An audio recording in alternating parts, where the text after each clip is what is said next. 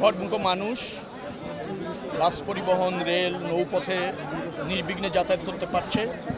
শুধুমাত্র চন্দ্রা সড়ক যেটা আছে উত্তরবঙ্গের, ওখানে একটু চাপ ছিল, তারপরও গাড়ি কিন্তু স্টেক হয়নি, চলছে। বাস স্ট্যান্ডগুলি এবং বাস কাউন্টারগুলিতে নির্ধারিত ভাড়া টানানো আছে এবং তারা নির্ধারিত ভাড়ায় নিচ্ছে। বাস স্ট্যান্ড এবং বাস কাউন্টারগুলিতে অতিরিক্ত ভাড়া নেওয়ার কোনো অভিযোগ অথবা দৃশ্যমান কোনো প্রমাণ আমরা এখনো পর্যন্ত পাইনি। নির্ধারিত ভাড়াই সবাই নিচ্ছে। আবার এখানে দেখবেন যে আমাদের এই যে ভিজিলেন্স টিম আছে, মনিটরিং সেল আছে, পুলিশ কন্ট্রোল রুম আছে, সেখানেও কোনো অভিযোগ ওরকম নেই। বিচ্ছিন্নভাবে দু এক জায়গায় এরকম অভিপ্রায় গোপনের চেষ্টা করা হয়েছে, তাৎক্ষণিকভাবে তাদের বিরুদ্ধে ব্যবস্থা নেওয়া হয়েছে।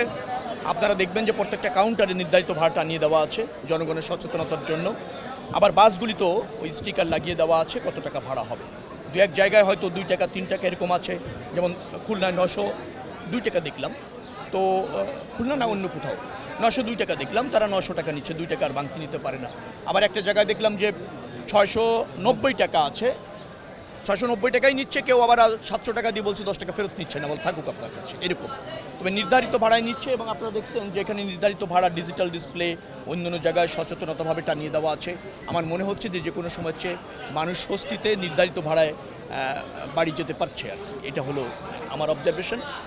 আমি ঘুরে দেখছি, সমস্ত জায়গায় গিয়ে দেখার চেষ্টা করছি। খুব বেশি অনিয়ম পরিলক্ষিত হয়নি। 2-1টি অনিয়ম যারা চেষ্টা করেছে তাদের বিরুদ্ধে তাৎক্ষণিকভাবে ব্যবস্থা নেওয়া হবে।